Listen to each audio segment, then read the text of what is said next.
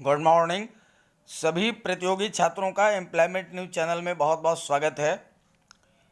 उत्तर प्रदेश के मुख्यमंत्री योगी आदित्यनाथ जी की घोषणा के बाद प्रदेश में भर्तियों का दौर शुरू हो गया है और यही वो समय है जब आप अच्छी तैयारी करके जॉब प्राप्त कर सकते हैं। इसी क्रम में आपको बता दें कि नगर निकायों में भी अधिशासी अधिकारी, जूनियर इंजीनियर और कई और पदों पर भर्तियां निकलने वाली हैं, जिनमें ईओ और जेई जैसे महत्वपूर्ण पद हैं। तो आज के इस वीडियो में हम आपको विस्तार से बताने वाले हैं ईओ और जेई पद के लिए एलिजिबिलिटी क्या है, एज क्राइटेरिया क्या है, सैलरी कितनी मिलती है, सिलेबस क्या है, एग्ज़ाम पैटर्न क्या है, इन सब बातों के बारे में विस्तार से। तो चलिए वीडियो शुरू करते हैं। लेकिन अगर आप मेरे चैनल को पहली बार विजिट कर रहे हो तो इस सब्सक्राइब ज़रूर कर लीजिए, ताकि आपको इसी तरह की जानकारियां लगातार मिलती रहें विभिन्न प्रतियोगी परीक्षाओं के संबंध में। और कमेंट करके आप ज़रूर पूछा कीजिए आपको किस तरह की कौन सी जानकारी चाहिए, ताकि आपको अगर कोई जानकारी चाहिए तो मैं वो भी आपको अवेलेबल करा दूँ। साथ ही साथ इन भर्तियों के संबंध में और भी जानकारियां मैं आपको लगातार विस्तार से बताता रहूँगा, इसलिए आप जो है चैनल को सब्सक्राइब जरूर कर लीजिए। चलिए वीडियो शुरू करते हैं।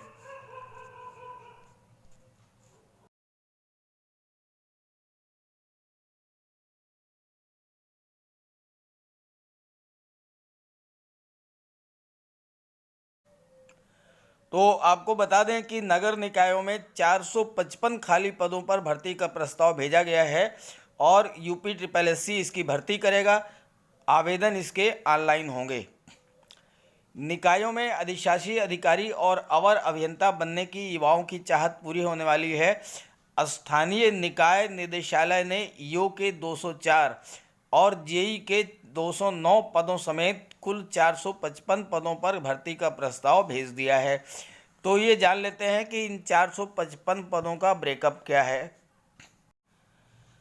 तो इसमें अधिशासी अधिकारी के 204 पद हैं। सबसे महत्वपूर्ण पद यही है। आप इसी से आप समझ सकते हैं ये पद कितना महत्वपूर्ण है कि अगर किसी नगर पालिका में ईओ की पोस्ट खाली होती है, ईओ का पद खाली रहता है, तो उस स्थिति में उस नगर पालिका में ईओ का चार्ज जो है वो एसडीएम को दिया जाता है।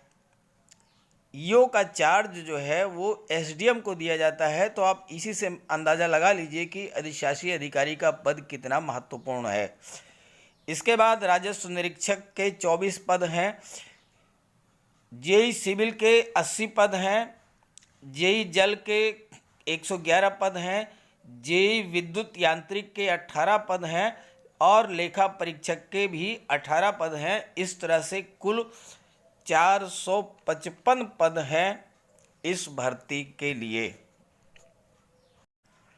बात करें अगर एलिजिबिलिटी की, तो अधिशासी अधिकारी के लिए स्नातक के साथ ओ लेवल में कंप्यूटर कोर्स की अनिवार्यता होगी। ग्रेजुएशन के साथ साथ कंप्यूटर कोर्स का ओ लेवल मस्ट है। और ये ओ लेवल कंप्यूटर की अनिवार्यता जो है इसके पहले नहीं थी। अभी 2019 में लोअर पीसीएस का एग्ज़ाम हुआ है, उसमें भी ईओ के पद थे, लेकिन वहाँ पर ओ लेवल की अनिवार्यता नहीं थी। लेकिन इस बार ओ लेवल की अनिवार्यता की गई है। निकाय निदेशालय का मानना है कि ऑनलाइन काम के लिए कंप्यूटर की जानकारी ज़रूरी है। बात करें अगर जेई की, तो जेई के लिए जो है डिप्लोमा वाले जो है वो एलिजिबल होंगे। मिनिमम जो क्वालिफ़िकेशन है वो डिप्लोमा है। राजस्व निरीक्षक के लिए जो है ग्रेजुएशन मस्ट है और ऑडिटर के लिए, लेखा परीक्षा के लिए बीकॉम वाले जो है वो पात्र माने जाएंगे। और एज लिमिट की बात करें तो भर्ती के लिए 21 से 40 वर्ष की आयु वाले पात्र होंगे। अब आइए बात कर लेते हैं एग्ज़ाम पैटर्न सिलेबस की। तो एज के लिए मैंने बताया है कि 21 से 40 साल होने चाहिए। एग्ज़ाम एलिजिबिलिटी जो है वो ग्रेजुएशन होना चाहिए। अब आपके एग्ज़ाम पैटर्न को समझ लीजिए। प्री एग्ज़ाम होगा और मेंस भी होगा। तो प्री एग्ज़ाम की बात करें तो देखिए प्री एग्ज़ाम में जो है 100 क्वेश्चंस जीएस के 50 क्वेश्चन होंगे, 100 मार्क्स के साइंस के 25 क्वेश्चन होंगे, 50 मार्क्स के मैथ्स के 25 क्वेश्चन, 50 मार्क्स के रीजनिंग के 25 क्वेश्चंस और 50 मार्क्स के और हिंदी के 25 प्रश्न 50 मार्क। इस तरह से कुल 150 प्रश्न आपसे पूछे जाएंगे और 150 प्रश्नों के 300 अंक होंगे। और इसके लिए आपको जो समय दिया जाएगा, समय होगा 2 घंटे या 120 मिनट। 120 मिनट में आपको 150 प्रश्न करने होंगे और इसके साथ साथ नेगेटिव मार्किंग भी होगी। नेगेटिव है 1/3। तो इसलिए ये एग्ज़ाम इतना इजी नहीं होगा, बहुत टफ होने वाला है एग्ज़ाम, इसलिए इसकी तैयारी भी उसी लेवल से आपको करनी पड़ेगी। तो ऐसे ही आपका जो एग्ज़ाम है बाकी के लिए भी होगा। अब बात करते हैं अगर मेंस की, तो मेंस के लिए जो है जितनी वैकेंसीज हैं उसके 20 गुना कैंडिडेट्स को जो है मेंस के लिए क्वालिफाई कराया जाएगा।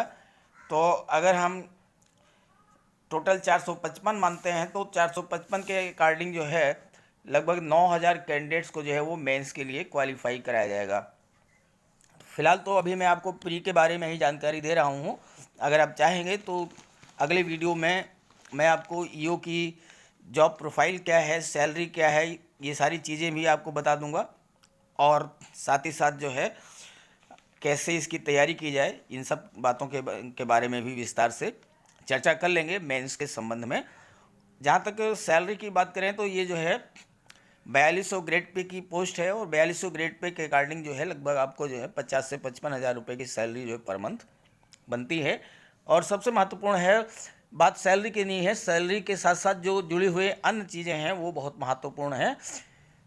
पद है, प्रतिष्ठा है, ईओ के साथ बहुत सारी चीज़ें जुड़ी हुई होती हैं, तो वो ज़्यादा महत्वपूर्ण है। आप इसी से अंदाज़ा लगा लें कि ईओ के लिए जो चार्ज जो है वो दिया जाता है, वैकेंट होने पर एसडीएम को चार्ज दिया जाता है, तो इसी से अंदाज़ा लगा लें कि ये पोस्ट कितनी महत्वपूर्ण है। तो ये थी लगभग सारी जानकारी मैंने आपको दे दी है। वीडियो अच्छा लगे तो इसे लाइक करके और ज़्यादा से ज़्यादा इसे शेयर ज़रूर कर दीजिएगा ताकि सभी को जानकारी मिल जाए। Okay, thank you.